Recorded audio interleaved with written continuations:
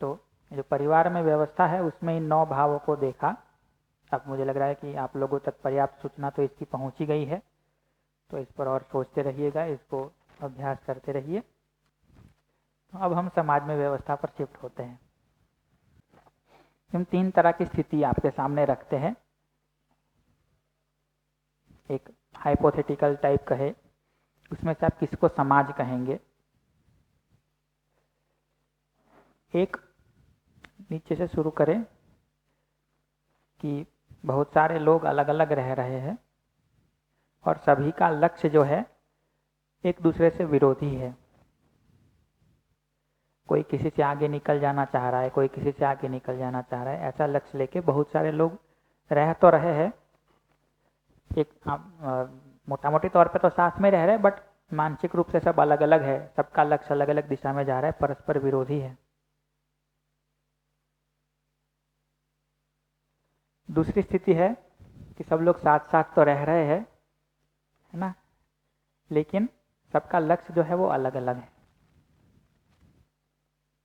इस कल्पना कर पा रहे हैं? एक, सब लोग अलग अलग रह रहे हैं लेकिन सबका लक्ष्य जो है एक दूसरे से विरोधी है। दूसरी स्थिति, सब रहते तो है साथ में लेकिन सबका लक्ष्य अलग अलग है, एक दूसरे के साथ में पूरक नहीं है। तीसरी स्थिति कि बहुत सारे परिवार एक साथ रह रहे हैं और सभी एक दूसरे के साथ में पूरक है। पूरक है मतलब कि सभी का लक्ष्य एक है, उस एक लक्ष्य को पाने के लिए सभी एक दूसरे का सहयोग कर रहे हैं। तो तीनों में से कौन सी स्थिति को समाज कहना बनता है? पहले वाले को, जहां बहुत सारे परिवार साथ साथ रह रहे हैं और एक समान लक्ष्य को पाने के अर्थ में एक दूसरे के साथ संबंध को पहचानते हैं, उस लक्ष्य तक पहुंचने में एक दूसरे का सहयोग करते हैं। तो इसको हमको लगता है कि समाज कहना बनता है। ये जो दूसरी स्थिति है कि बहुत सारे लोग साथ में तो है लेकिन एक दूसरे के पूरक नहीं है, उसको क्या कहेंगे? भीड़। और अलग अलग रह रहे हैं और एक दूसरे से विरोध है, तो उसको क्या कहेंगे? युद्ध का मैदान। युद्ध के मैदान में आप देखेंगे तो कोई कहीं से आया है, कोई कहीं से आया है, एक दूसरे का लक्ष्य विरोधी है तो लड़ रहे। भीड़ को देखेंगे तो जैसे बस स्टेशन है या रेलवे स्टेशन है, बहुत सारे लोग एक साथ तो इकट्ठे हुए हैं लेकिन सबका अपना लक्ष्य है, अलग अलग है। विरोधी नहीं है एक दूसरे के भले ही, बट एक दूसरे से कोई लेना देना भी नहीं। भाई तुम अपनी गाड़ी पकड़ो, हम अपनी गाड़ी पकड़ रहे, तुम अपने काम पे निकलो, हम अपने काम पे निकल रहे। तो इसको क्या कह रहे? भीड़। लेकिन बहुत सारे परिवार या कुछ परिवार भी सही साथ साथ रह रहे और एक समान लक्ष्य को पहचान करके उसको पूरा करने के लिए एकजुट हो रहे, तो उसको क्या कहेंगे? समाज। आज के दिन हमारी समाज की जांच परख करेंगे तो इन तीनों में से कौन सी स्थिति है? क्या है हमारा समाज? वाकई में ये समाज है, भीड़ है, युद्ध का मैदान है?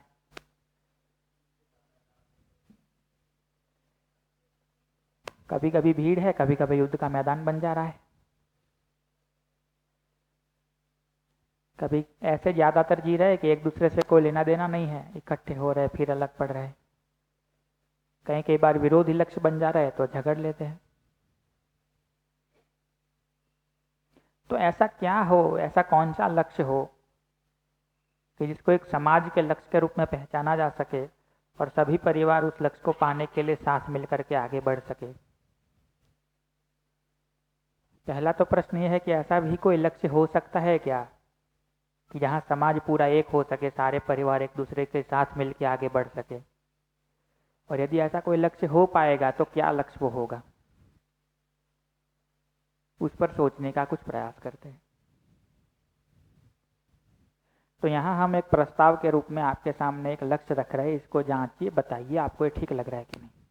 कि हर व्यक्ति, हर मानव अपने में सही समझ एवं सही भाव पाना चाहता है। हर व्यक्ति सुखी होना चाहता है, ये हर व्यक्ति का लक्ष्य है। हर परिवार में देखेंगे तो हर व्यक्ति सुखी रहे और परिवार समृद्ध रहे, ये लक्ष्य दिखता है परिवार का। आपके अपने परिवार का दिखता है और दूसरों के परिवार का भी यही लक्ष्य है। समाज के स्तर पे देखें तो समाज में अभय का वातावरण हो। अभय मतलब सिर्फ उतना ही नहीं कि अपराध ना हो रहे हो, लेकिन ये सबका परस्पर एक दूसरे पे विश्वास हो। सिर्फ इतना ही नहीं कि कोई अपराध ना हो रहे हो, लेकिन आपस में विश्वास पूर्वक सब जी रहे हो।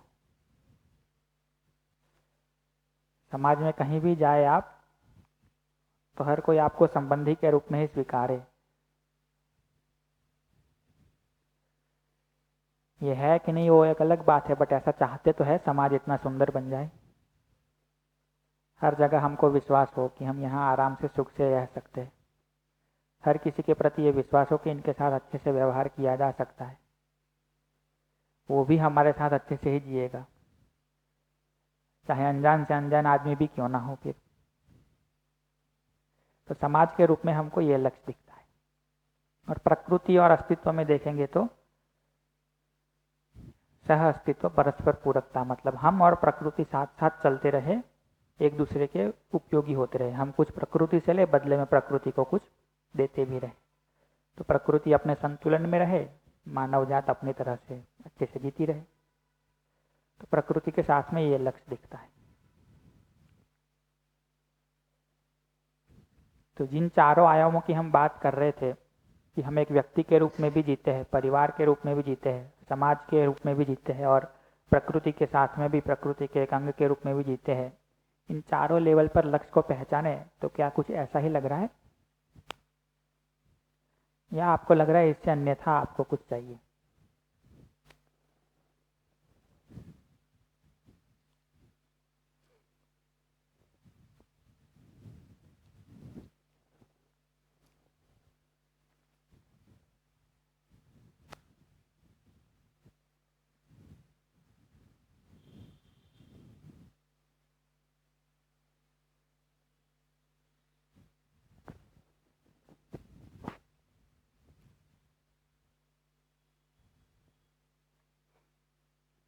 तो ये चारों लेवल पे ये चीजें सुनिश्चित होना आवश्यक है, या आपको लगता है कि आप सुखी हो गए, परिवार समृद्ध हो गया, लेकिन समाज में अभय का वातावरण नहीं बना तो चल जाएगा? आप ठीक हो गए, परिवार में समृद्धि आ गई, समाज में अभय अभय भी हो गया, लेकिन प्रकृति के साथ ठीक नहीं जी रहे तो चल जाएगा? या प्रकृति के साथ बहुत अच्छे से जी रहे लेकिन परिवार में समृद्धि नहीं आई तो चल जाएगा? ऐसे किसी भी एक को निकाला जा सकता है? चारों जरूरी है, चारों जरूरी है। यदि चारों जरूरी है तो काम शुरू कहाँ से करेंगे? सबसे पहले हर मानव, यानी तो एक तो हम ही है, पहले तो अपने में सुख को सुनिश्चित करने का, सही समझ सही भाव को सुनिश्चित करने का काम करेंगे। अपने आचरण में ठीक ठाक चीजें देखकर, जिसको हम पिछले 2 दिन से चर्चा कर ही रहे कि परिवार में भी ठीक धीरे धीरे ये तत्परता बनेगी कि इसको समझा जाए। जब परिवार में हर व्यक्ति समाधान से, सही समझ से, सही भाव से जीता होगा, तो ऐसा परिवार कि जिसमें हर व्यक्ति सुखपूर्वक जी रहा है, वो जितनी भी वस्तुएं होगी उसका सदुपयोग ही करेगा, अपनी आवश्यकता को समझ ही पाएगा, और उस परिवार में हर कोई अपनी आवश्यकताओं को पूरा करने के लिए अपनी जिम्मेदारी भी निभाएगा। तो आपके परिवार में आप समझदार हो गए, परिवार के सभी लोग समझदार हो गए, तो आपके परिवार में सुख और समृद्धि दोनों सुनिश्चित हो सकते हैं।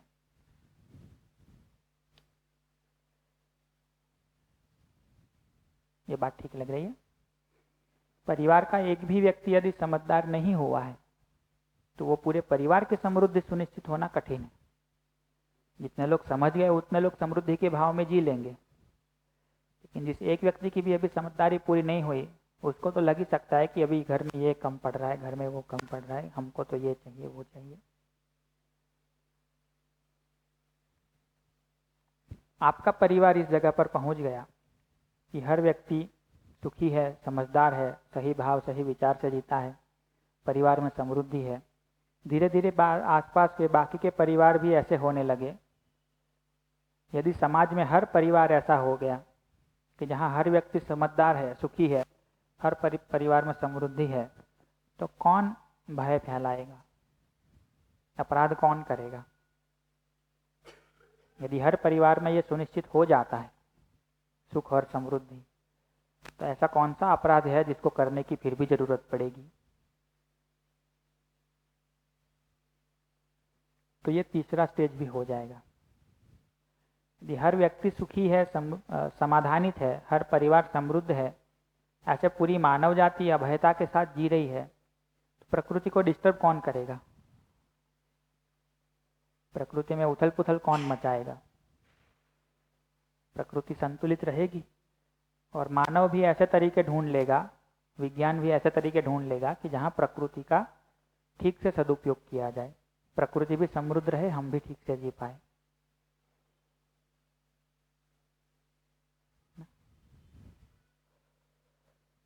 तो ये क्रम एक हमको दिखता है। शुरू कहाँ से करें? 1 नंबर, यहाँ से 2 नंबर, फिर ये और यहाँ तक।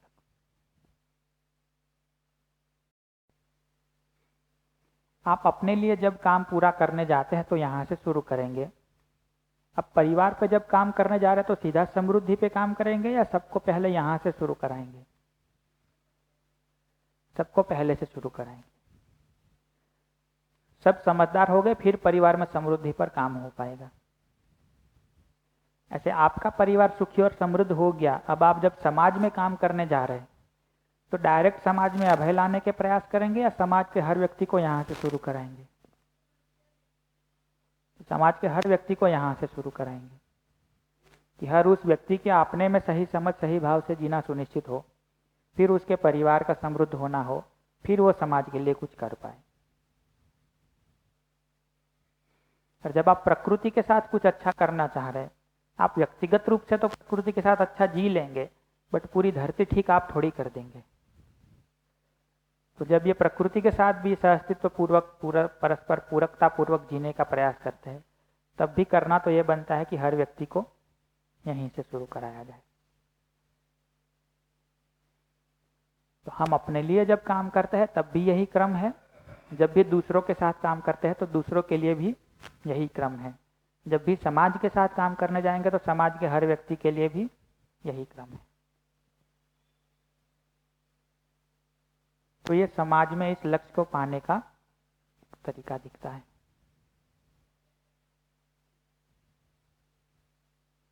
ठीक है। यदि हम अपने में समाधानित नहीं है, हमारे भाव, हमारे विचार स्थिर नहीं रह पा रहे, हमारे परिवार में समृद्धि की सुनिश्चितता नहीं है, हमारे परिवार के हर व्यक्ति में ये भाव नहीं ठीक हुए हैं और हम समाज में काम करने निकलते हैं, तो हम यहाँ भी बहुत कुछ कर नहीं पाते, बल्कि समाज की जो समस्या है उससे खुद भी बहुत पीड़ित होते रहते हैं। नहीं, और परिवार में जो तनाव है वो तो झेलते ही रहते हैं।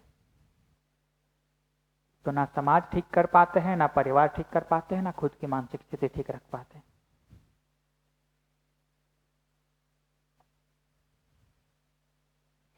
जब सीधा परिवार पे काम करना शुरू करते हैं तब भी वही प्रॉब्लम है। सीधा प्रकृति के लिए कुछ अच्छा करना चाहते हैं तो व्यक्तिगत रूप से आप बहुत सारे पेड़ लगाने का और ठीक जीने का, अच्छी खेती करने का काम कर लेंगे, बट पूरी प्रकृति तो आपके अकेले के ठीक जीने से ठीक नहीं हो जाएगी। तो उसके लिए तो हर व्यक्ति को इस लक्ष्य के अवगत कराना पड़ेगा, इस रास्ते से चलाना पड़ेगा, चलने के लिए प्रेरित करना पड़ेगा, चलाना पड़ेगा थोड़ा वो हो गया। हर व्यक्ति को इस तरफ ध्यान जाए और इससे चलने के लिए प्रेरित हो, वो प्रयास करना बनता है।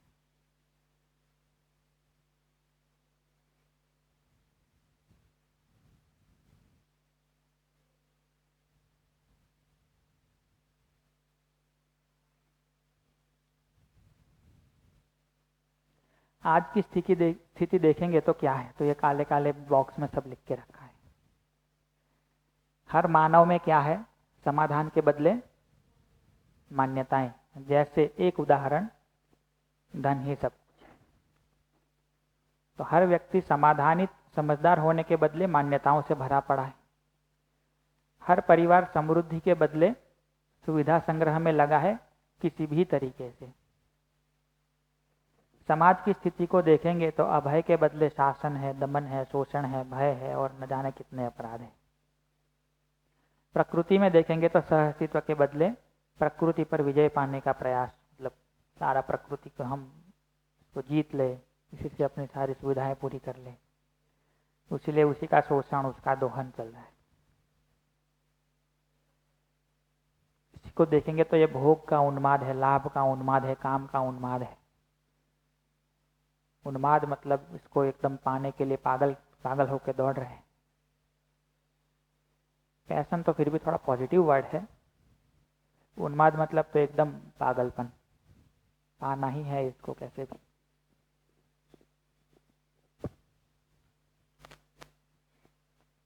जैसे किसी को पूरे शरीर पे खुजली हो गई हो तो यहाँ खुजा लेना है, वहां खुजा लेना है, जैसे उछल कूद करता है, वैसा उन्माद।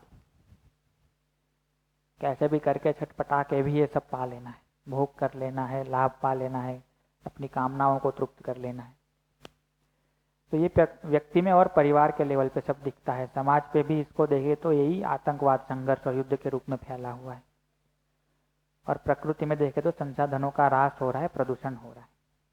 ये आज की स्थिति है समाज की, जबकि हम जाना चाहते हैं यहाँ पर।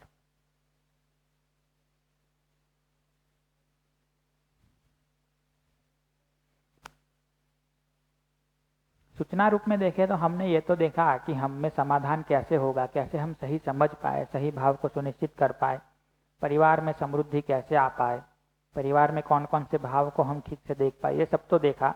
अब ये समाज में जो अभयपूर्वक जो एक व्यवस्था बननी है, उसके क्या क्या डायमेंशन है, उसके क्या क्या आयाम है, उसको भी थोड़ा समझने का प्रयास करते हैं। तो ये मानवीय व्यवस्था के 5 आयाम हमको दिखते हैं।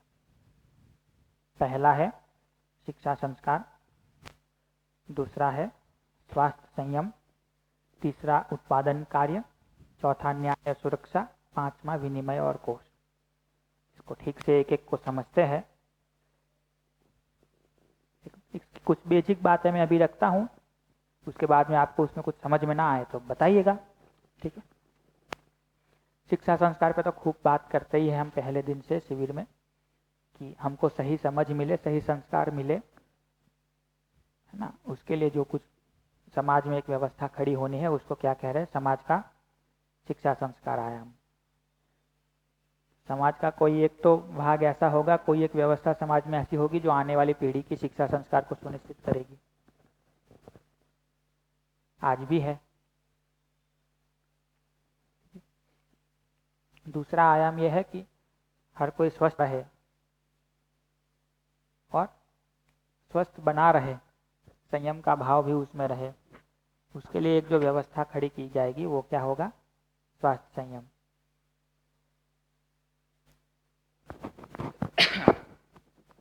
आज के दिन भी उसके लिए तो कुछ कुछ कर ही रहे। तीसरा आयाम है कुछ उत्पादन भी होगा, कुछ कार्य भी होगा। जैसे अनाज का उत्पादन होगा, वस्तुओं का उत्पादन होगा, कुछ कार्य भी होगा, ये सारा आयाम हो गया। चौथा है न्याय और सुरक्षा। न्याय को अभी हमने देखा, संबंधों में ठीक ठीक जी पाना। सुरक्षा को कह रहे हैं कि ये जो प्रकृति है, जितने भी संसाधन है, उसको सही से बनाए रख पाना, उसके साथ पूरकता से जी पाना, उसका सदुपयोग कर पाना।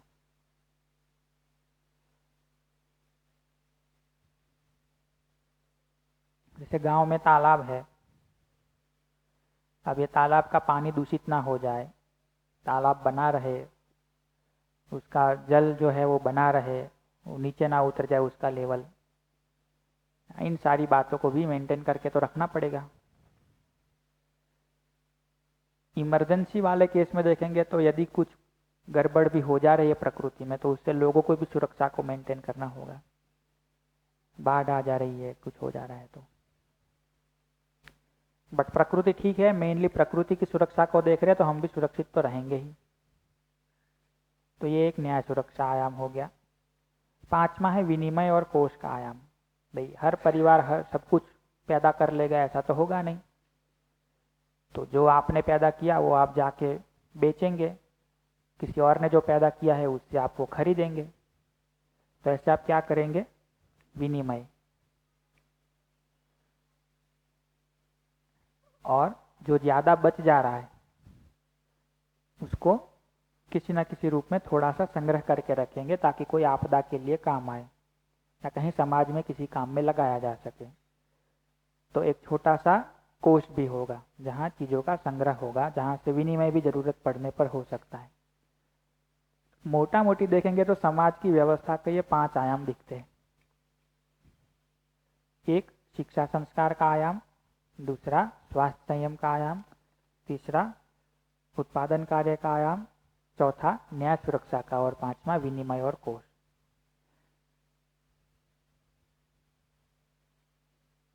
इसमें से कोई आपको बात समझ में ना आ रही हो तो पूछ सकते हैं। ये नंबर लिखे हैं उसको तो फिर मैं बाद में एक्सप्लेन करता हूँ। पहले तो बस ये जो 5 की लिस्ट बनाई है उसमें कहीं कुछ अभी क्लियर ना हुआ हो तो बताइए।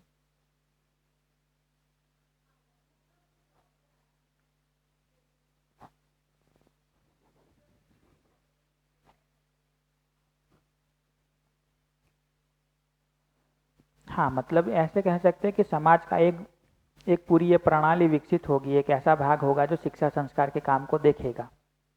कुछ लोग उसमें लगेंगे, कुछ संसाधन उसमें लगेंगे, वो सब चीज़ें। कोई एक ऐसा भाग होगा जो स्वास्थ्य संयम पे काम करेगा, कुछ लोग उसमें लगेंगे, कुछ संसाधन उसमें लगेंगे, वो सब।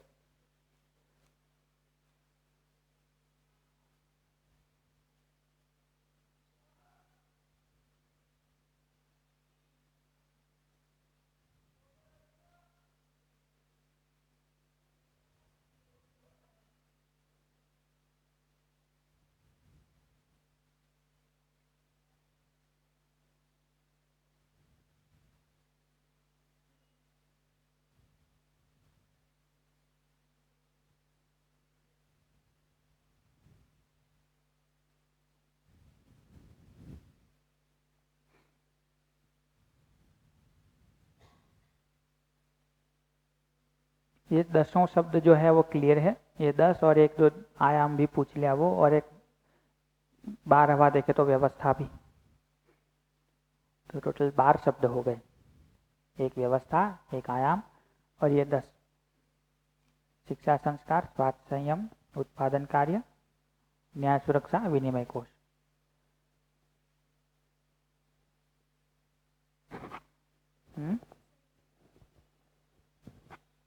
संयम मतलब शरीर की जिम्मेदारी को स्वीकारने का भाव कि मुझे इसको स्वस्थ बनाए रखना है, इसका सदुपयोग करना है। तो उसको स्वास्थ्य के साथ में क्यों जोड़ रहे हैं? क्योंकि आपकी स्वस्थता के लिए तो समाज बहुत सारा प्रयास करे, बट आपकी खुद की भी वो समझदारी बने कि आप बीमार ना पड़ जाए बार बार, आपने आहार विहार को ठीक से मेंटेन कर पाए, उसका भी तो समाज में कुछ ऐसा होना चाहिए कि आपको संयम के बारे में जागरूक रखा जाए। वरना जैसा अभी चल रहा है, अस्पताल ऐसे सब खुले पड़े हैं, जब भी बीमार पड़ो जाके दवाई करा के वापस आ जाओ, फिर बीमार पड़ जाओ फिर वापस जाओ। तो ये स्वास्थ्य की सेवाएं तो उपलब्ध होगी, उसके साथ संयम का भी कुछ वो रहेगा कि जिससे आपकी ये जिम्मेदारी भी विकसे, आपकी ये समझ भी विकसे कि शरीर को स्वस्थ बनाए कैसे रखना है, उसके साथ कैसे जिम्मेदारी से जीना है ताकि हम बार बार बीमार ना पड़ जाए, स्वास्थ्य हमारा खराब ना हो जाए।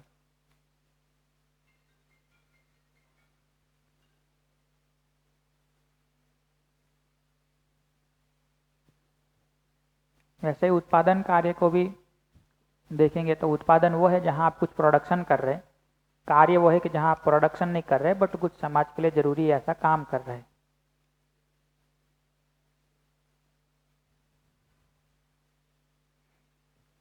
अब थोड़ा इन नंबरों को देख लेते हैं।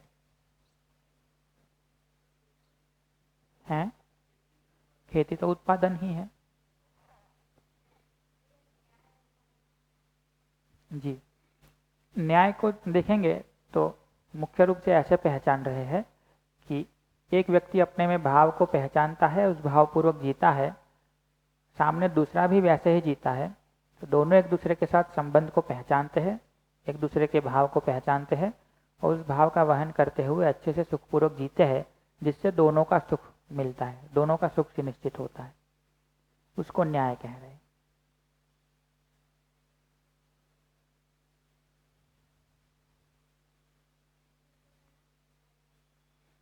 न्याय को ऐसे देख रहे हैं कि हम मूल्यों को संबंध को पहचानते हैं, संबंध में मुझे किस भाव से जीना है वो पहचानते हैं, उस भाव को हम जीते हैं और वो सामने तक पहुंचता है।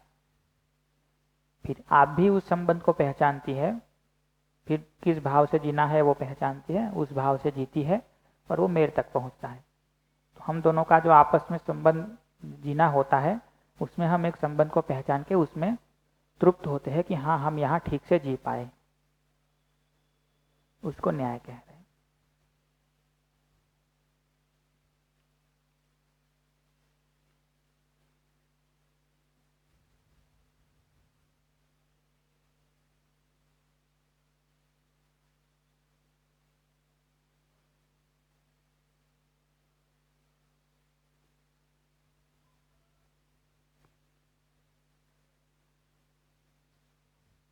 ठीक, तो ये जो शिक्षा संस्कार पे 1 नंबर लिखा है, उसका मतलब ये है कि व्यवस्था का जो भी आयाम शिक्षा संस्कार पे काम करेगा, वो आयाम कहीं ना कहीं हर मानव में समाधान को सुनिश्चित करने का काम करेगा। शिक्षा संस्कार जो भी होगा, उससे आने वाली हर पीढ़ी में, और जो अभी भी मतलब बीच वाली पीढ़ी या बुजुर्ग पीढ़ी भी है, उन सभी में समाधान यानी सही समझ, सही भाव की सुनिश्चितता हो, उस पर काम करेगा, उसको ये सुनिश्चित करेगा। तो समाज के लक्ष्य के ये जो 4 हम बताते हैं, उसमें पहला वाला जो है वो कहाँ से सुनिश्चित होगा? शिक्षा संस्कार से। कि सही शिक्षा संस्कार होगा तो उससे समाज के हर व्यक्ति में सही समझ डेवलप हो पाएगी, हर व्यक्ति भाव को, संबंध को पहचान पाएगा, ठीक से जी पाएगा, हर व्यक्ति अस्तित्व को समझ पाएगा, व्यवस्था को समझ पाएगा, उसमें ठीक से जी पाएगा।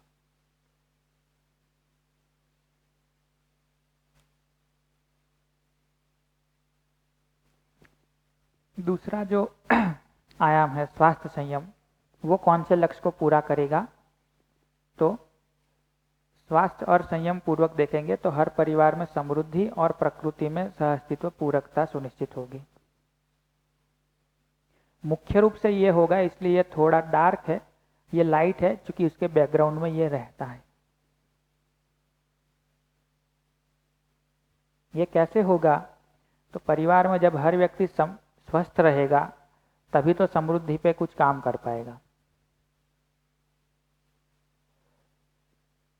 परिवार में जब सभी के संयम का भाव होगा, तभी तो आप ये तय कर पाएंगे कि हमको चाहिए कितना। उसके बगैर आप ये समृद्धि को तय कहाँ से करेंगे? या समृद्धि स्वस्थ ही नहीं है तो समृद्धि जुटाएंगे कैसे? उत्पादन कैसे करेंगे? काम कैसे करेंगे?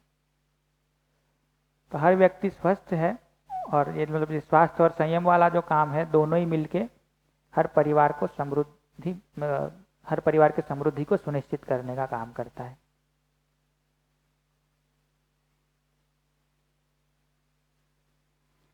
उसी के साथ में देखेंगे तो ये स्वास्थ्य संयम पूर्वक हर व्यक्ति जब स्वस्थ और संयमित रहेगा तो प्रकृति के साथ भी ठीक से जिएगा।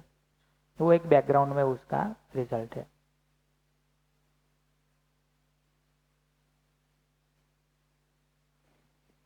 उत्पादन कार्य को देखेंगे तो भी ये दिखता है कि हर परिवार की समृद्धि सुनिश्चित हो सके, वो भी कहाँ से सुनिश्चित होगा? उत्पादन करने से, कुछ कार्य करने से। तो समाज में उत्पादन कार्य की भी जो व्यवस्था होगी, वो ये सुनिश्चित करेगी कि हर परिवार समृद्ध हो पाए, और साथ में बैकग्राउंड में ये भी सुनिश्चित करेगी कि ये जो भी उत्पादन हो रहा है या जो भी कार्य हो रहा है, उससे प्रकृति में कुछ डैमेज ना हो।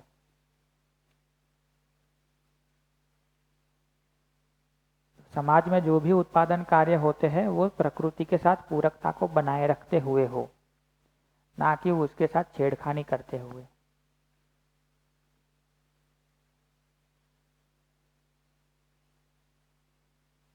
और वो ऐसे हो कि हर परिवार की समृद्धि सुनिश्चित हो, ना कि किसी परिवार का शोषण हो।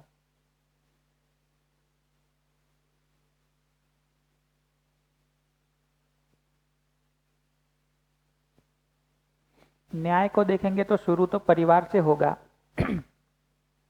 बट हर व्यक्ति जब संबंध में सही जिएगा, हर व्यक्ति संबंध को पहचानेगा, तो समाज में हर कोई एक दूसरे को संबंधी के रूप में स्वीकार के जिएगा, हर किसी के साथ विश्वास से जिएगा, तो समाज में कहीं अपराध नहीं होगा, एक दूसरे का विरोध झगड़ा नहीं होगा, कोई अन्याय नहीं होगा। तो न्याय से सुनिश्चित होता है कि समाज में अभय बना रहे।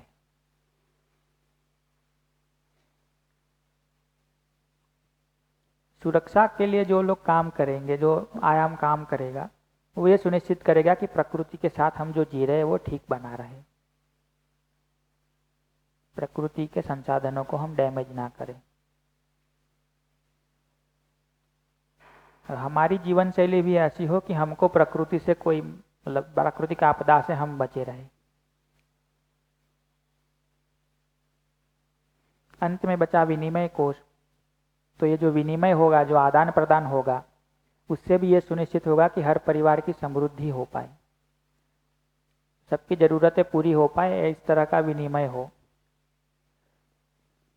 और उसके साथ में बैकग्राउंड में समाज में अभय भी बना रहे। ये विनिमय और ये संग्रह मतलब ये कोष जो है वो इस तरह से हो कि जिससे चोरी लूटपाट ना हो जाए, उस तरह से ना हो कि लोगों को भय हो जाए कि हमको कम मिल रहा है, दाम ज़्यादा है, ऐसा कोई अविश्वास पैदा ना हो।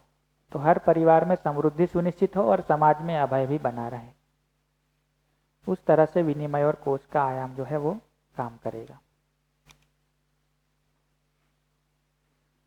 तो ये व्यवस्था के पांचों आयाम मिल के समाज के इस लक्ष्य को पूरा करने का, सुनिश्चित करने का काम करेंगे।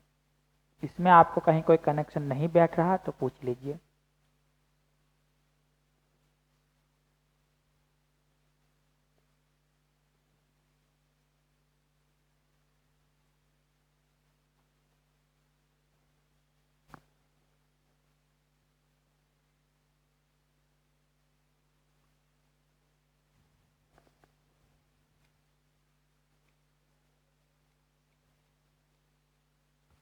पूरा स्ट्रक्चर तैयार कर लिया, बस अब हमको तैयार होने की जरूरत है इसके लिए, बाकी पूरा स्ट्रक्चर तैयार है।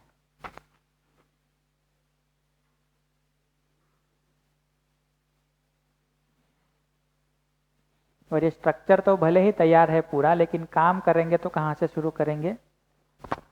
यहीं से। स्ट्रक्चर मिल जा रहा है इसका मतलब ये नहीं कि सीधा समाज में कूद पड़े।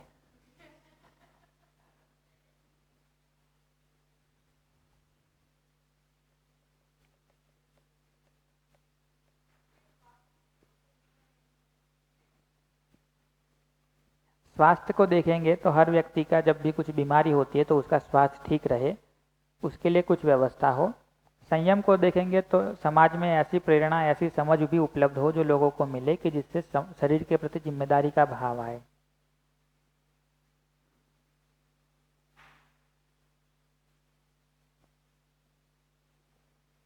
और उससे देखेंगे तो हर परिवार में समृद्धि सुनिश्चित होगी। और ये भी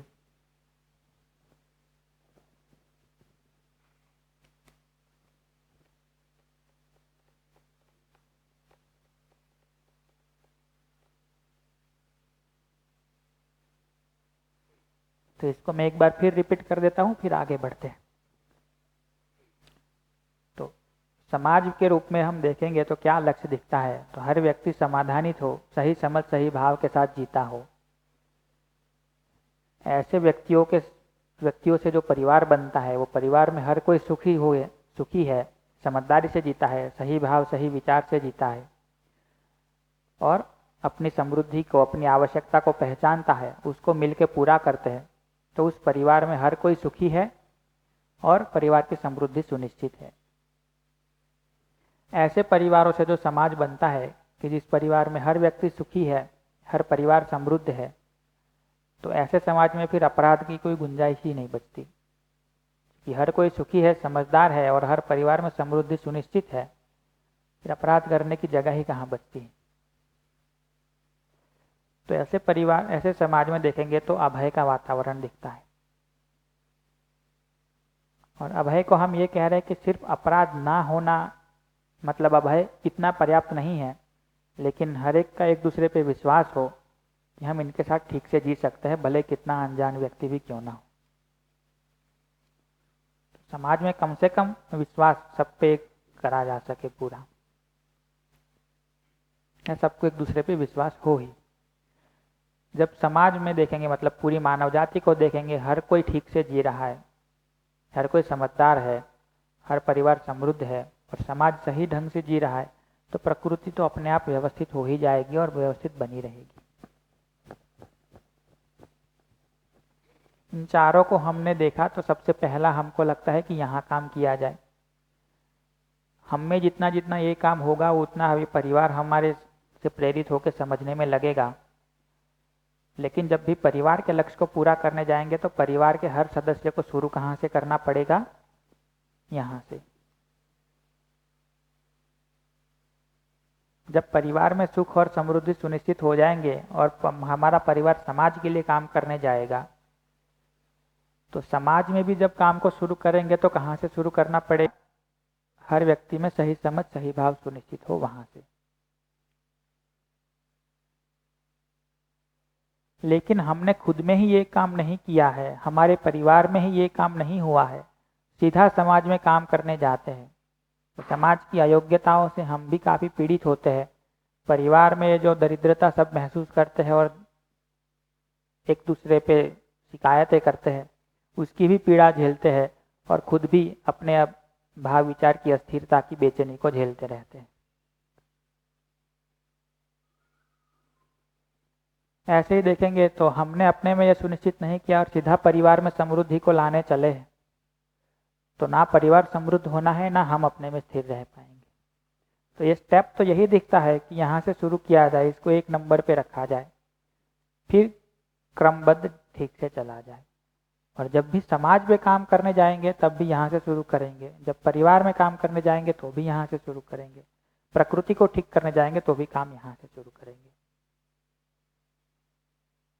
अब इस लक्ष्य को पूरा करने के लिए तथा इस लक्ष्य को बनाए मतलब ये स्थिति को बनाए रखने के लिए एक जो मानवीय व्यवस्था की कल्पना बनती है वो कुछ ऐसी है कि इसमें व्यवस्था के 5 आयाम होंगे, जिसमें शिक्षा संस्कार के आयाम से हर व्यक्ति में यानी हर मानव में समाधान सही समझ सही भाव की सुनिश्चितता होगी। स्वास्थ्य संयम और उत्पादन कार्य से हर परिवार में समृद्धि सुनिश्चित होगी और प्रकृति में परस्पर पूरकता वाला भाग बना रहेगा। न्याय से देखेंगे तो समाज में अभय का वातावरण बनेगा, सुरक्षा से प्रकृति में पूरकता वाला भाग बना रहेगा। विनिमय और कोष से हर परिवार की समृद्धि सुनिश्चित होगी और समाज में अभय बना रहेगा। इसमें कोई डाउट ना हो तो हम आगे बढ़ते हैं।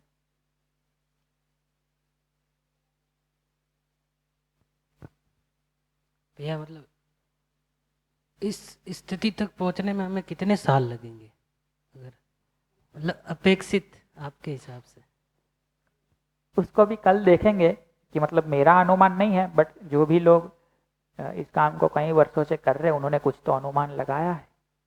इसको कल लास्ट में देखेंगे कि शिविर के बाद क्या प्रोग्राम बनता है, किस प्रोग्राम में कितना टाइम अनुमानित है, उस सब के बारे कुछ तो अंदाज निकाला हुआ है लोगों ने, उसको कल देखेंगे लास्ट में। है हाँ, ये ब्लूप्रिंट तो है, बट मैं बार बार यही कहूंगा कि ब्लूप्रिंट मिल जाने का मतलब नहीं है कि सीधा समाज को ठीक करने निकल जाए।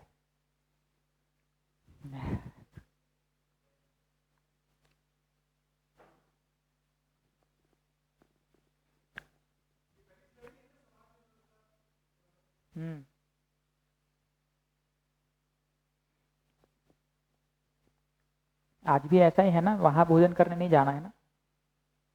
हाँ, आज भी भोजन यही बनेगा ना, आएगा ना? हाँ, तो कितने बजे तक चलाएंगे इसको? जब तक है जान। तो सबके सामने मैंने कहा, हिम्मत करके बोल दिया उनको, ये रास्ता है समाज को बदलने का। और उसमें वो बार बार एरो लगा रखे हैं अगर 3 पे जाना है तो भी 1 से शुरू करना है। प्रकृति में संतुलन, किसी पर्यावरण पे काम करना है तो भी 1 से शुरू करना है। आदमी समझदार बन जाएगा तो प्लास्टिक उपयोग कम करेगा, आदमी समझदार बन जाएगा प्रकृति से कम लेगा, खून कम पिएगा, लोगों का भी प्रकृति का भी। और नहीं तो आदमी आदमी को निकल ही रहा है, और क्या है, देख ही रहे हम।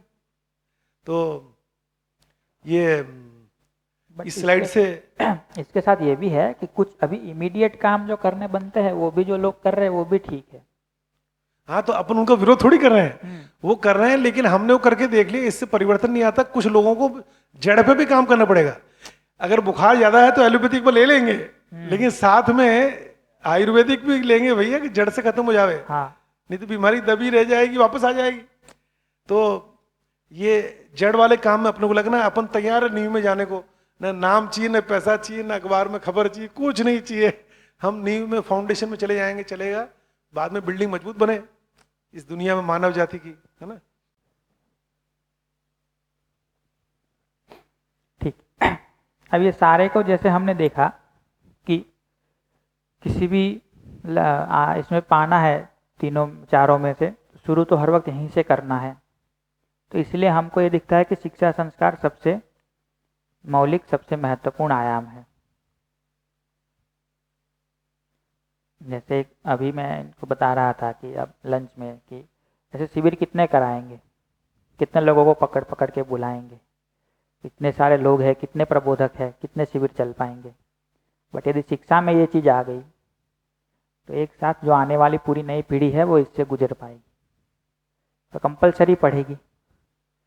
तो इसलिए शिक्षा संस्कार, मतलब शिक्षा जो है एक बहुत महत्वपूर्ण भाग है। और यदि हर माँ बाप ऐसे हो जाए समझदार, तो हर बच्चे को ये संस्कार रूप में दे सकते हैं। तो हम शिविर तो अभी कर रहे हैं, बट हमको पता है कि ये एक टेम्पररी सॉल्यूशन है। शिविरों से पूरा समाज ठीक हो जाएगा, ये नहीं होगा। अल्टीमेटली तो ये शिक्षा संस्कार में ये बात आनी होगी। और जब शिविर की जरूरत ना रहे तब लगेगा कि हाँ, शिविर का हेतु सफल हो गया। कि अब लोगों को शिविर में आने की जरूरत नहीं है। अब स्कूलों में और घरों में, संस्कारों में ये चीजें आ गई। तो इसको भी थोड़ा फैला के देखना है, शिक्षा संस्कार को कभी देखेंगे। ये बाकी 4 पे अभी मैं थोड़ी बात कर लेता हूँ, बट हम थोड़ा समझदारी से स्वास्थ्य संयम वाले भाग को सुनिश्चित करें कि अस्पताल जाने की जरूरत ना पड़े।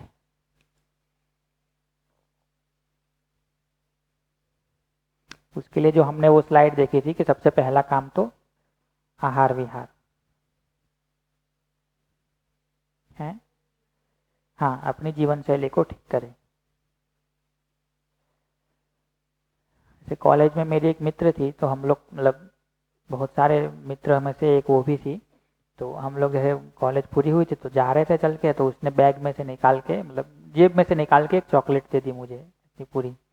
मैंने कहा अच्छा, बड़ी उदार हो गई है, तो पूरी मुझे दे रही है। तो मैं पूछा कि मुझे पूरी दे दोगी तो तुम क्या खाओगी? तो ऐसे बैग घुमा के आगे लाई, चैन खोल के अंदर हाथ डाला, एक और निकाली, फिर बंद करके पीछे कर दिया। फिर तभी एक और पीछे से आ गया तो उसको दे दी। फिर बैग आगे लाई, चैन खोल के एक और निकाली, फिर बैग। मैंने कहा कितनी लेके घूम रही है अंदर तू? कैसे खोल के दिखाया तो उतनी सारी पड़ी थी अंदर। तो फिर जो पास में दूसरा आया था उसने कहा कि ये यही खाती है और कुछ नहीं खाती है। उसके घर पे जाके देखोगे तो फ्रिज भी इसी से भरा पड़ा है। और ये क्रेज चल रहा है चॉकलेटों का। यहाँ पास में आपके सांगानेर गांव है ना, आदित्य भैया, अनिरुद्ध भैया वहाँ रहते हैं। तो वहाँ चौराहे पे एक दुकान है जो भैया के मित्र हैं। तो उनकी दुकान पे मैंने देखा कि एक इतनी बड़ी चॉकलेट पड़ी थी। अब तो पहले तो कोई 2-4 ब्रांड ही थे, अब तो इतनी सारी चॉकलेटें हो गई अलग अलग ब्रांड की। तो मैंने पूछा कि ये कितने की है? तो 300 रुपये की। तो मैंने कहा ये सांगानेर जैसे गांव में बिक जाती है 300 रुपये की? हाँ, फरवरी में तो खूब बिकती है।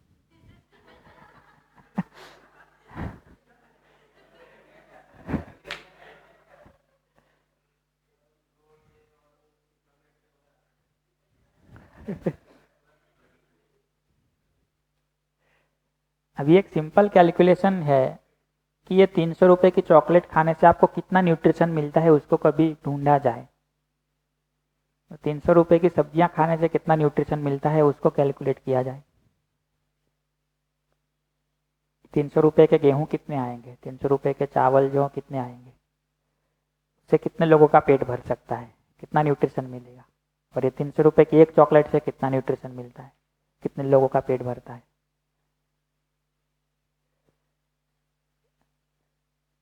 और स्वास्थ्य को नुकसान कौन करता है, वो सबसे बड़ा इश्यू है पहला तो, है ना। तो ये सब चीज़ें हम लोगों को थोड़ा सोचने की ज़रूरत है, आहार विहार में हम लोग क्या कर रहे हैं। उत्पादन कार्य वाले भाग को भी देखें और उसके साथ ये विनिमय कोष भी उतना ही जुड़ा हुआ है, क्योंकि उस पर जब प्रयास करते तो दिखता है कि आप उत्पादन तो कर दे रहे, लेकिन आज की व्यवस्था में उसको बेच पाना भी एक बड़ा चैलेंज है।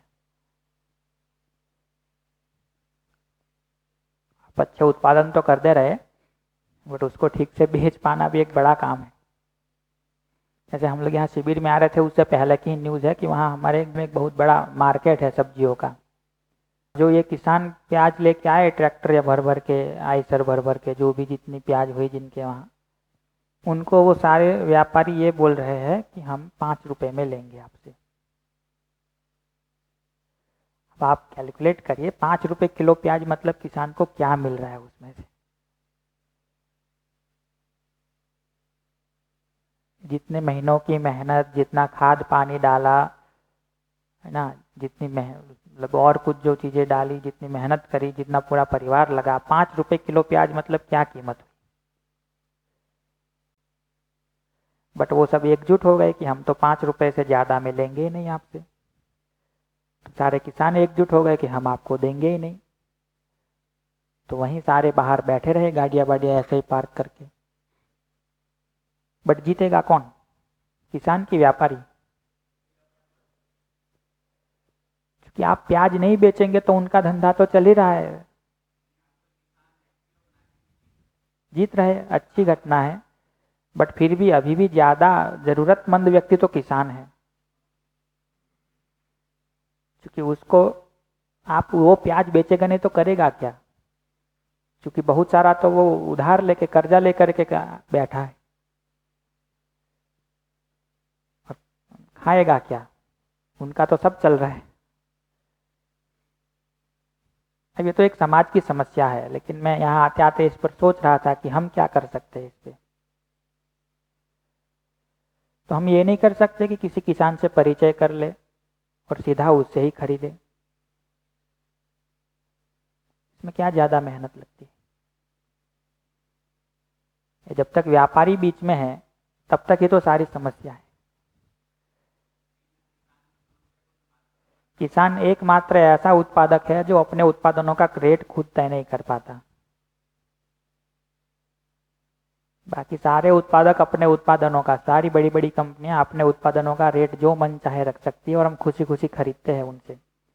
एक किसान ऐसा है बेचारा जो मेहनत कर करके टूट जा रहा है, बट अपने उत्पादन का रेट वो तय नहीं कर पाता। तो सब्जी लेने जाते हैं वो भी आप देखेंगे तो उससे किसान को कोई फर्क नहीं पड़ता, आप कितना भी पैसा वहां दे के आए, क्योंकि किसी किसान के पास ऐसा टाइम नहीं है कि वो वहां लारी लेके खड़ा रहे और बेचे। तो आप जिनसे सब्जी खरीदते हैं वो भी ज़्यादातर कहीं मार्केट से खरीद के लाए हैं लारी भर के और आके बेच रहे, वो भी किसान नहीं होते ज़्यादातर।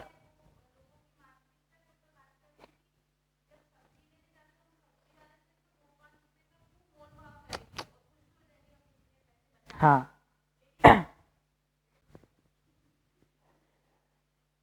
उल्टा किसान तो खुद कहेगा ये रहा, इतना होगा, जो चाहिए काट के ले जाओ धनिया जितना।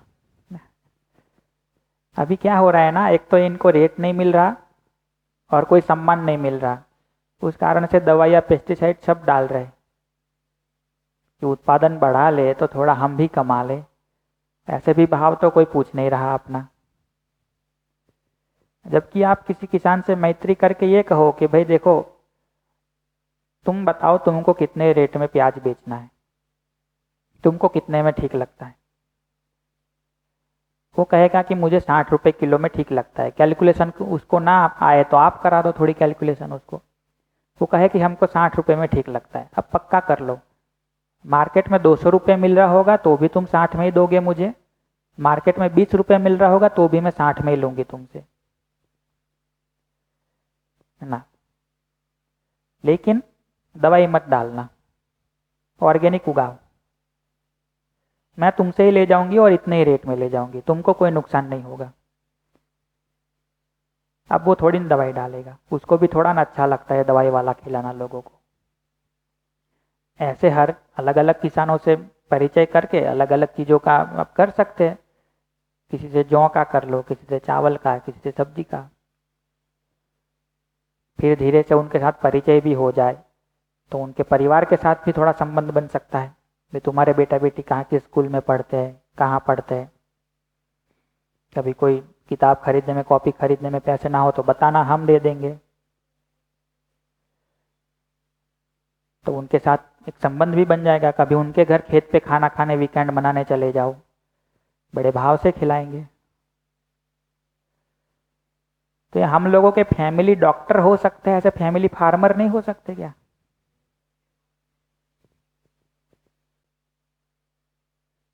फैमिली डॉक्टर हो सकते हैं, फैमिली फार्मर नहीं हो सकते। और हमको पता नहीं कि कहाँ से उग के आया है, किसने क्या डाला है, इतना अविश्वास वाला खाए। उससे तो अच्छा हम जाके ही देख के आए कि यहीं उग रहा है, यही उगा रहा है, इसी ज़मीन में उग रहा है। कभी मन करे तो हम भी थोड़ा मेहनत करने चले जाए वहाँ, कि चलो आज क्या काम करना है, हम भी थोड़ा हाथ बंटवा लेते हैं।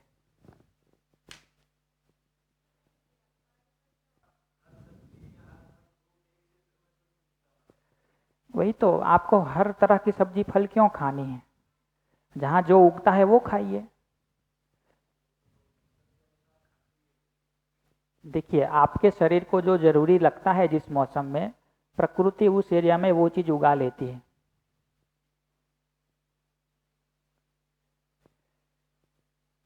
ये जो दूसरे क्षेत्र में जो उग रहा है वो वहाँ के टेम्परेचर में, वहाँ की वातावरण के अनुकूल, वहाँ के लोगों के अनुकूल, वहाँ के जीव जानवर के अनुकूल उगता है। राजस्थान में आपको आपके शरीर के लिए जो जरूरी है जिस मौसम में, वो राजस्थान में उगता ही है। गुजरात में जिस मौसम में जो जरूरी है वो गुजरात में उगता ही है। और ये जब ट्रांसपोर्टेशन करते हैं तो दवाई कंपलसरी है, करना पॉसिबल ही नहीं है। जैसे मैंने पहले भी बताया था ना, आप थोड़ा अनुमान लगाइए कि एक फल तोड़ा जाए या कोई सब्जी तोड़ी जाए, कितने दिन तक वो चलेगी, और उसको ट्रांसपोर्ट होकर के आप तक आने में, डिस्ट्रीब्यूट होते होते होते जो और छोटे व्यापारी तक, और छोटे व्यापारी तक, ऐसे करते करते लारी वाले तक, अंत में आपके घर तक आने में कितने दिन लग जाएंगे? उतने दिन तक वह बिना दवाई के चल सकती हो? नहीं चल पाएगी। वहां से तो कच्चा ही तोड़ा जाता है, वहां से तो कच्चा ही तोड़ा जाता है, रास्ते में ही पकाते हैं उसको दवाई से।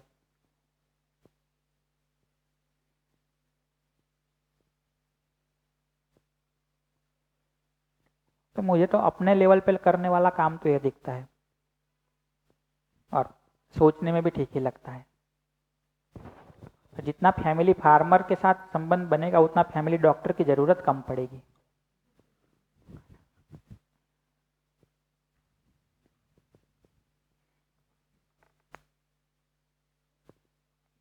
इससे समाज का एक जो बहुत बड़ा वर्ग है उसको भी ठीक सम्मान मिलेगा, हमको शुद्ध आहार मिलेगा।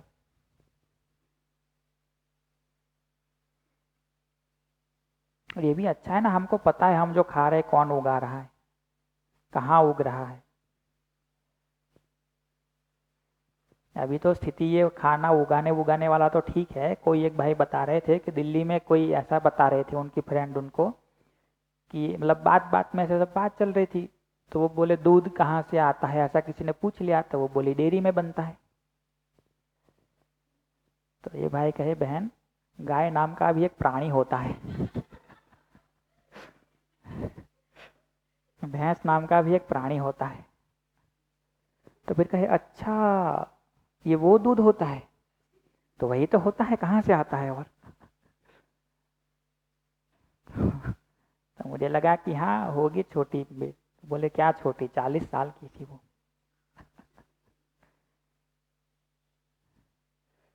दिल्ली में रह रही 40 साल की एक महिला को ये नहीं ध्यान है कि दूध जो वो पीती है कहाँ से आता है, बाकी सब तो दूर रहा।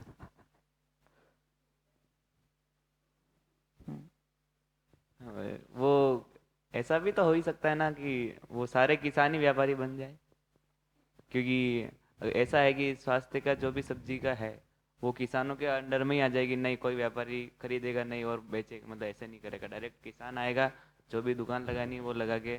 नहीं, संबंध के भाव से करेंगे तो फिर ऐसा नहीं होगा। आप सिर्फ अपना कुछ मुनाफा देख करके उस प्रोफेशनलिज्म से ही उसको कर रहे हैं, फिर तो वो भी थोड़ा बहुत ऐसा करने लगेगा। तो दूसरा मैंने ये भी देखा है कि जो व्यक्ति इतनी बड़ी जमीन में इतने खुले आसमान के नीचे काम करता है, कुछ दाने गेहूं के जमीन में डालता है और बदले में इतने सारे पाता है, उसमें उदारता आना ज़्यादा सहज है।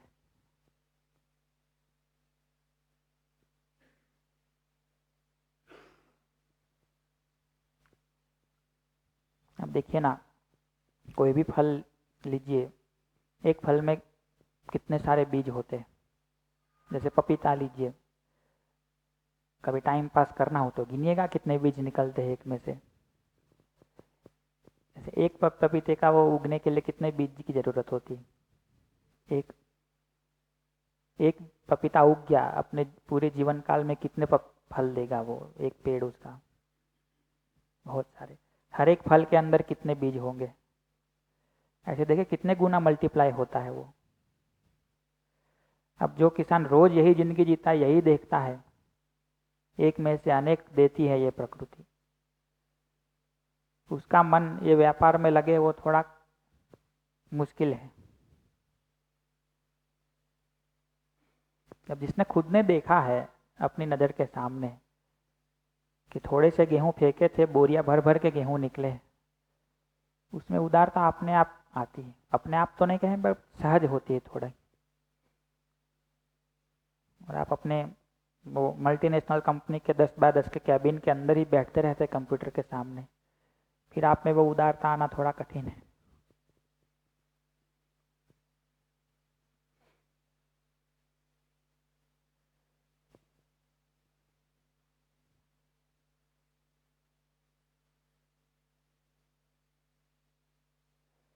तो ये पूरे समाज की व्यवस्था तो जब ठीक होगी, उत्पादन कार्य और विनिमय कोष की तो होगी, कि कोई इसके लिए प्रयास भी कर रहा है तो अच्छा ही है, हम भी कुछ कर सके तो अच्छा ही है, बट कम से कम अपने लेवल पे तो ये किया जा सकता।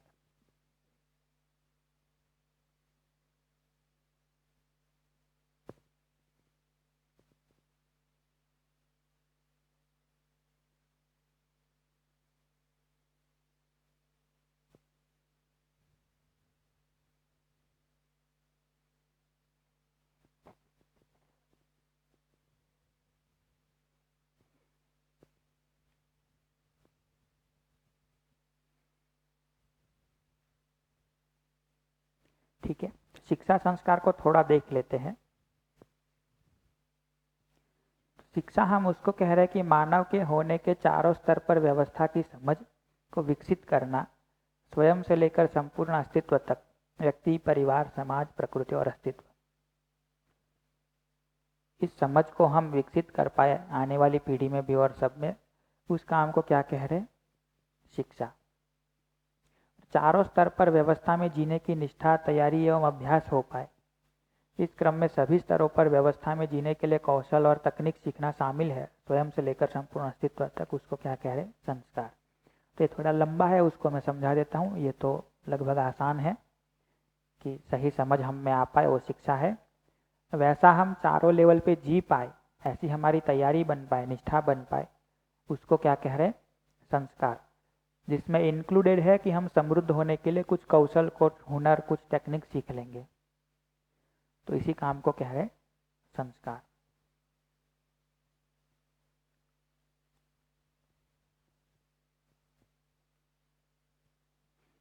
शिक्षा संस्कार की इस प्रक्रिया को देखेंगे तो संबंध के वातावरण में वो प्रक्रिया कुछ इस ढंग से चलती हुई दिखाई देती है। बच्चा जब से पैदा होता है तब से देखेंगे तो अनुसरण, अनुकरण पूर्वक किसी काम को करना शुरू करता है।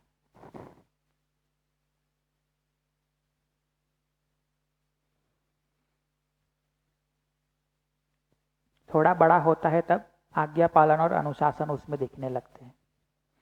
यहाँ तक आते आते वो विद्यालय में एंट्री ले चुका होता है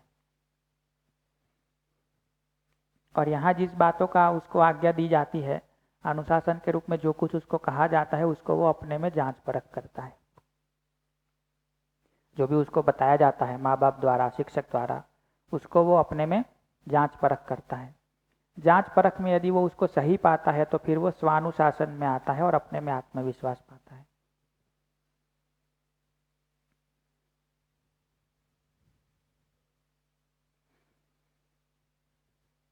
यहाँ तक स्वानुशासन में आते आते तक वो विश्वविद्यालय तक पहुंचा होता है और जब ये आत्मविश्वास में जीता है ठीक से, तो ये जीने के चारों लेवल पे ठीक से जीता है और एक सही मतलब सामाजिक लेवल तक पहुंच चुका होता है। बच्चा बड़ा होकर एक सामाजिक व्यक्ति बन चुका होता है। अब इसमें बहुत सारे जो शब्द है इसके बारे आप सोच रहे होंगे ये सब क्या है। तो अनुसरण उसको कहते हैं कि बच्चा देख के कुछ करता है, आपको जैसा जीता हुआ देखता है वैसा भी वो करने की कोशिश करता है। जैसे आजकल देखेंगे तो ऐसे ही कुछ फोन पड़े तो बच्चे नहीं उठा के ऐसे कान पे रखते हैं और हेलो हेलो करते हैं, तो आपको देखते रहता है ऐसे करते, तो वो भी करने लगता है।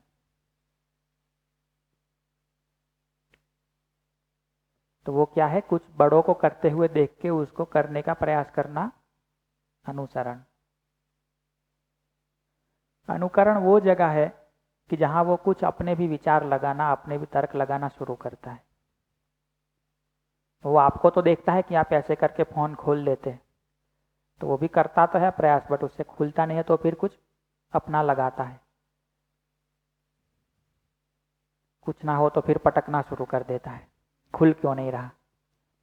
अब आपको तो फोन पटकते हुए देखा नहीं कभी उसने, बट वो कुछ उसके अपने विचार लगाता है।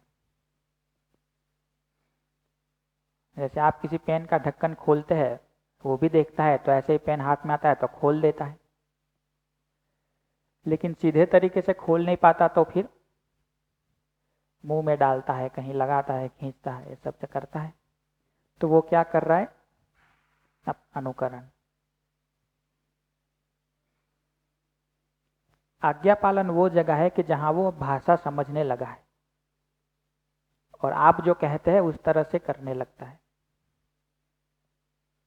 आप कहते हैं कि कोई आया है दरवाजा खोलो देखो, तो जाता है। आप कहे कि यहाँ आके बैठो तो आके बैठता है। आप कहते तो ये जाके मम्मी को दे आओ तो दे आता है। तो ये सारा क्या कर रहा है, आज्ञा पालन। अनुशासन क्या है, तो अब आप उसको एक एक चीज बता नहीं रहे, आप उसको कुछ एक बड़ा काम समझा दे रहे हैं, उसके अंदर बाकी सब वो खुद कर ले रहा है। जैसे आप उसको कहते हैं कि स्कूल का टाइम हो गया है, तैयार हो जाओ, तो इतना कहते ही वो खुद अपना बैग भरने लगता है, मोजे पहनने लगता है, जूते ले आता है, यूनिफॉर्म ले आता है। अब ये एक एक चीज तो आप बता नहीं रहे उसको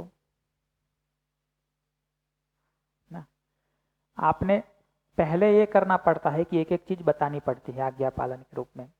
अच्छा अब जाओ मोजे ले आओ, इस तरह से मोजे पहन लो, अब ये कर लो, फिर ये जूते ले आओ, अपना बैग भर दो, ये रख दो।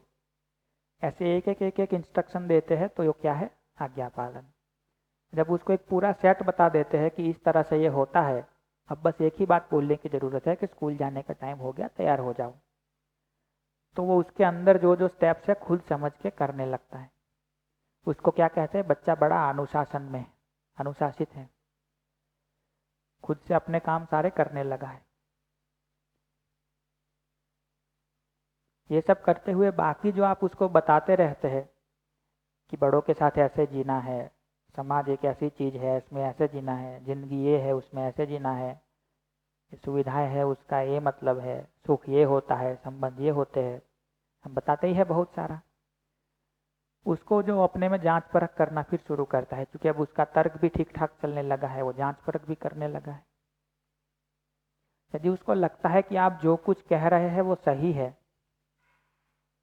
तो फिर वो स्वानुशासन में आ जाता है कि अब उसको ये छोटी छोटी बातें भी बताने की ज़रूरत नहीं पड़ रही, वो खुद से अपना निर्णय ले सकता है, अच्छे से जी सकता है। अब वो स्वानुशासित हो गया है। ऐसा जीते जीते जब वो उस जगह पर आ जाता है और ये ढंग से चलते हुए, चीज़ों को सही पाते हुए, अपनी समझ को बढ़ाते हुए आगे बढ़ा है, तो एक लेवल तक आते आते वो आत्मविश्वास से भरा हुआ दिखता है।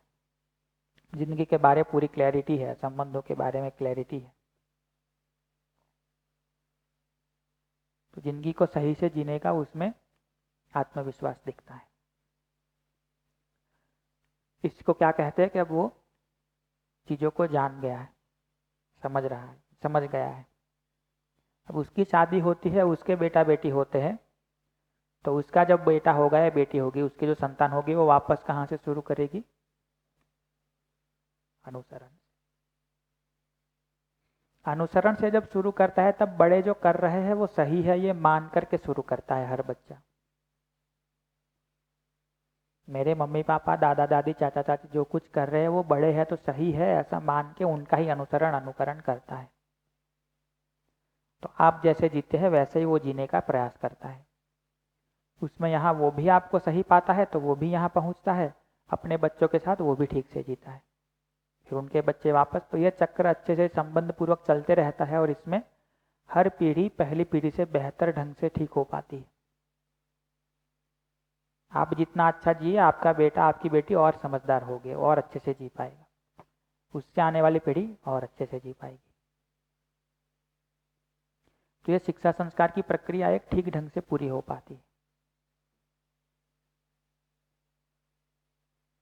इससे विपरीत देखे कि होता क्या है, तो ये बच्चा अनुसरण अनुकरण से शुरू करता तो है, आज्ञा पालन अनुशासन में आता तो है, लेकिन कहीं ना कहीं वो देखता है कि आप जो बोलते हैं, आप जो करते हैं उसमें अंतर है, आप जो कुछ कहते हैं वो सही नहीं लग रहा, आपके जीने के तरीके ठीक नहीं हैं। बच्चा जब आपके जीने में गलतियां पाता है, आपकी आज्ञाओं को गलत पाता है, ये जांच परख में उसको लगता है कि बहुत सारा उसको गलत बताया जा रहा है परिवार में लोग खुद ही ठीक नहीं जी रहे, तो फिर वो क्या करता है, इन चीज़ों को मानने के बाद अपने मन से कुछ करना शुरू करता है, अपनी मनमानी शुरू करता है, कि उसको कहीं ना कहीं लगने लगा है इस जांच परख में कि आप जो उसको बता रहे हैं या आप जो जी रहे हैं वो ठीक नहीं है। आप बोलते कुछ है, करते कुछ है, या आप जो भी सलाह देते हैं वो उसको स्वीकार नहीं हो रही, तो वो अपनी मनमानी शुरू करता है। वो अपनी मनमानी शुरू करता है तो माँ बाप क्या करते हैं? जब बच्चा अपनी मनमानी शुरू करता है तो माँ बाप क्या करते हैं? तो उस पर शासन पूर्वक आज्ञाएं करना शुरू करते हैं, ये करना ही पड़ेगा तुमको, मान क्यों नहीं रहे हो। ये नहीं देखते कि ये कुछ गलत पा रहा है जांच परख में, तो उसको ठीक करने की अपने को थोड़ा समझने की जरूरत है। उसके बदले क्या करते हैं, शासन पूर्वक यहाँ और जोर डालना शुरू करते हैं। बच्चे को लगता है कि एक तो गलत कर रहे हो, खुद गलत जी रहे हो, मुझे गलत समझा रहे हो, और मैं कुछ सही करने का प्रयास कर रहा हूँ, उसमें आप जबरदस्ती कर रहे हो। तो फिर उस मन में उसके द्रोह शुरू होता है कि ये लोग मिलके मुझे दुखी करना चाहते हैं, मुझे गलत राह पे ले जा रहे हैं, मुझे जो करना है, जिसमें मुझे सुख मिलता है, मेरे माँ बाप मुझे वैसा करने नहीं दे रहे। यहाँ तक वो विद्यालय में तो एंट्री ले चुका है, अब थोड़ा थोड़ा बड़ा भी हो रहा है, तो इन चीज़ों को देख भी पाता है, इस तरह के विचार भी करने लगता है। इससे भी आपका शासन तो और बढ़ता है कम होने के बदले। तो ये जो अब मन में ही मन है द्रोह कर रहा था, किशोरावस्था तक आते आते उसको किसी तरह से व्यक्त भी करने लगता है, कभी बोल देता है कि ये ठीक नहीं है, या किसी और तरह से व्यक्त करता है।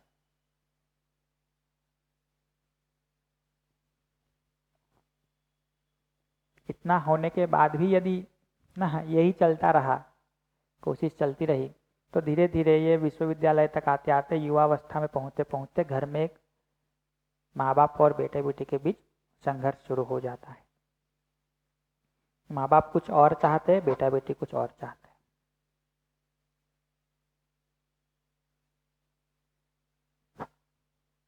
अभी भी यही काम चलते रहे तो धीरे धीरे वो समाज तक में, मतलब ऐसे ही संघर्ष वाले जो युवा जब समाज में जाते हैं तो समाज में ठीक से जीते हैं या आपस में सब लड़ते ही रहते हैं? लड़ते ही रहते हैं। तो ये जब समाज में जाता है तो समाज में एकदम युद्ध की स्थिति पाता है और खुद की मानसिकता भी वैसे ही बन चुकी होती है। और जब खुद की शादी होती, अपने बेटा बेटी होते तो अपने बेटे के साथ भी यही साइकिल रिपीट करता है। तो इस तरह से ये जो चीज़ चलती है इसमें देखेंगे तो हर व्यक्ति अपने में तो अंतर्विरोध पाता ही है, उसके साथ में आने वाली पीढ़ी के ऊपर और शासन और दमन करता है। तो आने वाली पीढ़ी इस चक्र में बहुत जल्दी चलने लगती है। तो पहले शायद ऐसा था कि बहुत बड़ी उम्र होने तक ये विद्रोह की स्थिति में लोग नहीं पहुंचते थे। पिताजी के सामने कुछ बोलना मतलब आप 25-30 साल के हो गए तब भी नहीं बोल पाते, 40-50 साल के हो गए तब जाके भी शायद कुछ बोल पाए। आज के दिन तो बहुत कम एज में वो शुरू हो जा रहा है। हमारे भी, मतलब हमसे भी जो छोटे हैं वो तो उससे भी कम एज में शुरू कर दे रहे हैं।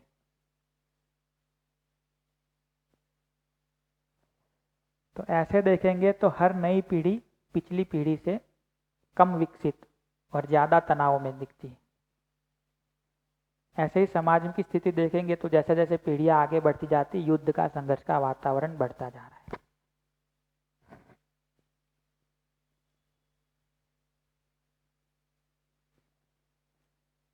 तो एक मॉडल तो ये है शिक्षा संस्कार का, एक ये है। दोनों में देखेंगे बेसिक फर्क क्या है। बच्चा तो हर वक्त यही से शुरू करता है, आप जैसा जीते हैं उसका अनुसरण अनुकरण करता है, आपकी आज्ञाओं को मानना शुरू करता है, अनुशासित होने का प्रयास करता है। आप जो कर रहे हैं वो सही है ये मान के भी शुरू करता है, यहाँ भी यहाँ भी। लेकिन यदि हमारे शिक्षा संस्कार सही है, हमारा अपना आचरण ठीक है, हमारी आज्ञाओं को, हमारी बातों को वो अपनी जांच परख में सही पाता है तो एक अच्छी स्थिति में पहुंच पाता है। यदि उन्हीं बातों को वो अपने में गलत पाता है और हमारा शासन उस पर बढ़ते जाता है तो धीरे धीरे वो मनमानी से द्रोह में, द्रोह से विद्रोह में, विद्रोह से संघर्ष तक पहुंच जाता है।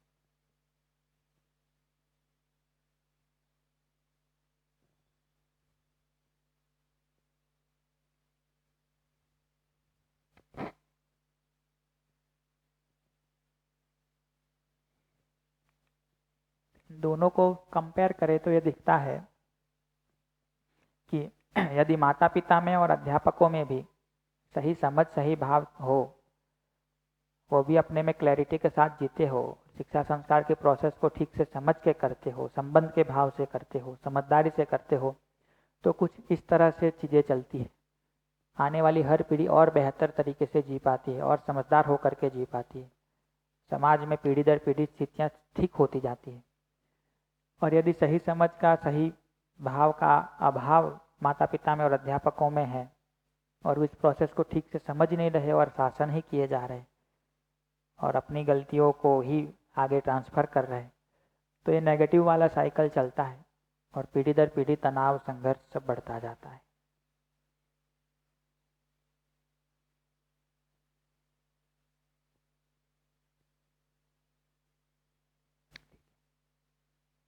इसमें कुछ डाउट हो तो बताइए।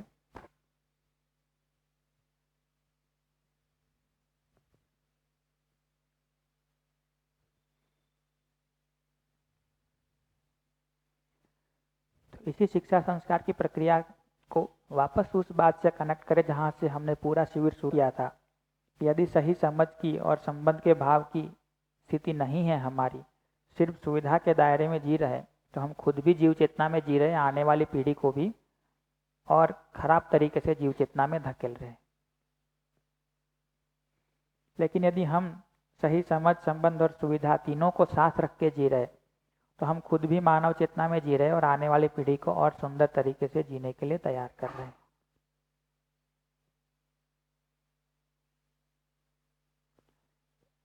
हमने शुरू में भी कहा था कि ये जो विकास होना है वो ही शिक्षा संस्कार का काम है।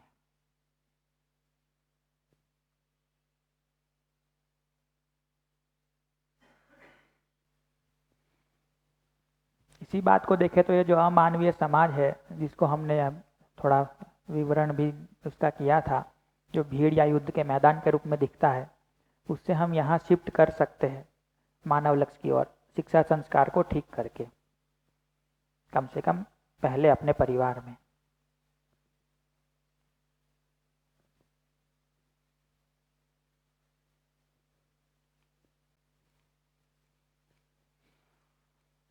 अभी तो यहाँ रोक लेते हैं।